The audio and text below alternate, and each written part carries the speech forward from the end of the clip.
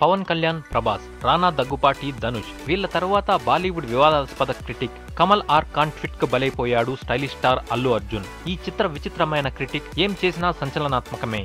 ట్విట్టర్లో పబ్లిక్ గా బాలీవుడ్ సెలబ్రిటీలను, క్రికెటర్స్ ని, రాజకీయ నాయకులను బండబూతులు తిట్టే ఇతను ఇక దక్షిణాది నటులంటే అవమానించడంలో డోసు పెంచుతాడు. సర్దార్ గబ్బర్ సింగ్ హిందీ విడుదల సమయంలో కమల్ ఆర్ ఖాన్ చేసిన రచ్చ అంతా ఇంతా కాదు. పవన్ కళ్యాణ్ హీరో ఏంటి, పవన్ కళ్యాణ్ లాంటోడు బాలీవుడ్ లో సైడ్ క్యారెక్టర్ కూడా పనికిరాడు అంటూ ఎద్దేవా చేసిన సంగతి మీకు గుర్తుండే ఉంటుంది. అక్కడితో ఆగకుండా సర్దార్ గబ్బర్ సింగ్ నష్టాల్ని బాలీవుడ్ మొత్తం తెలిసేలా ప్రచారం చేశాడు. ప్రపంచంలోనే అత్యంత చెత్త హీరో అంటూ ధనుష్ ను తిట్టాడు. బాహుబలి 2 చెత్త సినిమా అన్నాడు. రానా, ప్రభాస్ తన ముందు ఎందుకు పనికిరారు అన్నాడు.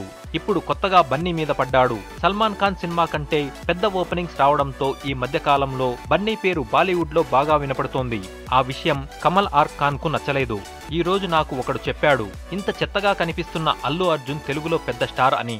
బాలీవుడ్ కు రావాలంటే చిన్న చిన్న రోల్స్ చేయాలి ఇక్కడ అంటూ ఎద్దేవా చేశాడు. బన్నీ ఇవన్నీ పట్టించుకోకపోతే మంచిది. ఎందుకంటే బాలీవుడ్ లో కమల్ ఆర్ ఖాన్ అంటే కుక్కతో సమానం.